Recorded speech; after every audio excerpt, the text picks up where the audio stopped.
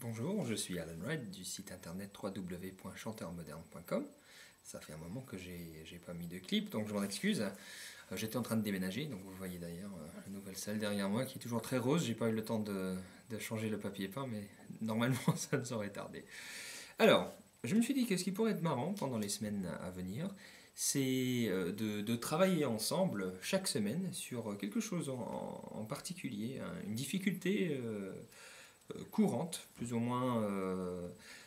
Disons que je reçois pas mal de mails et souvent on me demande les mêmes choses. Donc je me suis dit que plutôt que de vous dire, de vous répondre à chacun à votre tour, j'allais faire une série de clips dans lesquels on créera des exercices pour régler les difficultés que vous avez. Et ce qui pourrait être bien, c'est que si pendant toute la semaine, si je fais ça tous les dimanches, pendant toute la semaine, on essaye tous ensemble d'appliquer la nouvelle technique. Et puis à la fin de la semaine, on peut parler sur YouTube, sur mon site web, de combien ça a aidé, ou si ça n'a pas aidé, etc. Donc c'est une façon de s'unir pour travailler ensemble. Donc cette semaine, je voudrais parler de la gorge ouverte. On parle souvent de ça dans les cours de chant, les profs de chant l'évoquent souvent, il faut chanter avec la gorge ouverte. Dans l'école italienne, on appelle ça la gola aperta.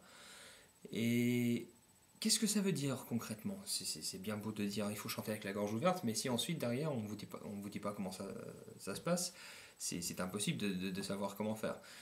Donc ce qu'il faut savoir, c'est un petit peu la physiologie de ce qui se passe là-dedans. À l'intérieur, vous avez votre larynx, et à l'intérieur de votre larynx, vous avez vos cordes vocales. C'est avec les cordes vocales qu'on fait le son, ça vous le savez déjà si vous avez lu mon blog, et non pas avec le ventre. Et juste au-dessus de ces cordes vocales-là, il y a ce qu'on appelle les fausses cordes vocales. Qu'est-ce que c'est les fausses cordes vocales et à quoi ça sert? Disons que quand on chante, on lutte un petit peu contre la fonction naturelle du larynx. Le larynx n'est pas fait pour chanter ni pour parler. Il est fait principalement pour protéger la gorge. Quand on boit quelque chose, il se referme pour pas que le liquide tombe justement dans les poumons. Ou quand on se noie, etc., tout se contraint comme ça. Et la difficulté, c'est que lorsqu'il nous arrive quelque chose qui nous file le trac finalement, on a les mêmes poussées d'adrénaline comme quand on est dans une situation dangereuse. Du coup, la gorge réagit pareil, elle se referme, et du coup, c'est pour ça que vous avez plus de difficultés à chanter devant un public, parce que vous avez un petit peu le trac, et vous avez l'impression, mais ça sort pas, chez moi ça sort mieux, etc. C'est parce que les fausses cordes vocales sont fermées, parce que le corps essaie de se protéger contre le danger. Du coup, ce qu'il faut apprendre à faire, c'est écarter ces fausses cordes vocales. Donc l'exercice de la semaine, c'est ça, écarter les fausses cordes vocales. Donc je vais vous demander de mettre vos mains comme ça. Donc les pouces, on va les utiliser pour symboliser les fausses cordes vocales. Quand on respire, on va dire que les fausses cordes vocales sont comme ça. D'ailleurs, c'est le son que vous entendez. Ça, c'est les fausses cordes vocales qui frétillent un petit peu dans l'air. Lorsqu'on chante, on veut écarter. Et là, on n'entend plus rien.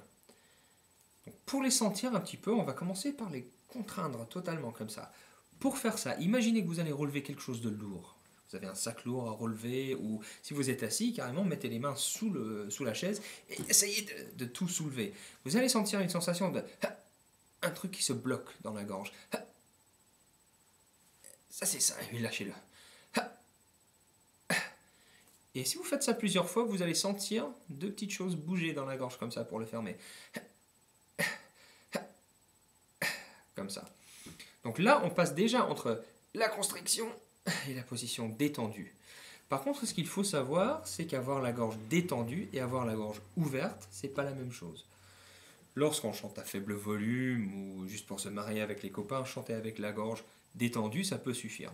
Si on veut bien chanter ou quelque chose d'intense ou difficile, là il faut écarter la gorge. Plus la musique est difficile, plus il faut écarter. Donc, mais maintenant, comment est-ce qu'on fait pour passer de ça à ça? C'est super simple, il y a deux façons de trouver. Et je pense que la meilleure façon, celle qui parle à tout le monde, c'est d'imaginer que vous êtes dans un endroit où vous avez envie de rigoler, mais vous n'avez pas le droit. Et vous le sentez. Sans le faire voir sur le visage, sentez le rire à l'intérieur de la bouche, mais essayez de le mettre dans la gorge. Vous le sentez un petit peu, un écartement un petit peu latéral ici finalement. C'est pas un bâillement, hein. N'allez pas mettre le larynx trop bas en bâillant, parce qu'on ne veut pas chanter comme ça. bien que beaucoup d'écoles classiques le préconisent. C'est totalement stupide de parler comme ça et puis de chanter comme ça. Donc, on veut sentir cet écartement, ouverture dans la gorge, et puis on le lâche. Voilà. Si ça n'a pas marché pour vous, l'autre façon de le faire, c'est de vous boucher les oreilles avec les petits doigts. Ne le faites pas maintenant, mais écoutez le reste de l'explication d'abord. Bouchez les oreilles. Ensuite, respirez naturellement par la bouche. À peu près la même intensité que quand vous dormez ou vous êtes fatigué. Et petit à petit, essayez d'écouter la respiration dans la tête. Est-ce que vous entendez plus quand vous expirez ou quand vous inspirez, etc. Petit à petit, faites en sorte que le son de la respiration disparaisse, sans réduire l'intensité. Donc ne faites pas... Faites... Et quand vous entendez plus la respiration à l'intérieur de la tête, c'est que vous êtes dans la position écartée. Il faut tenir cette position quelques secondes pour bien sentir. C'est assez dur de le garder si on n'a pas l'habitude, hein. Puis on le lâche. Après, ce que je vous propose en tant qu'exercice quotidien, c'est de faire les 3 positions à la suite.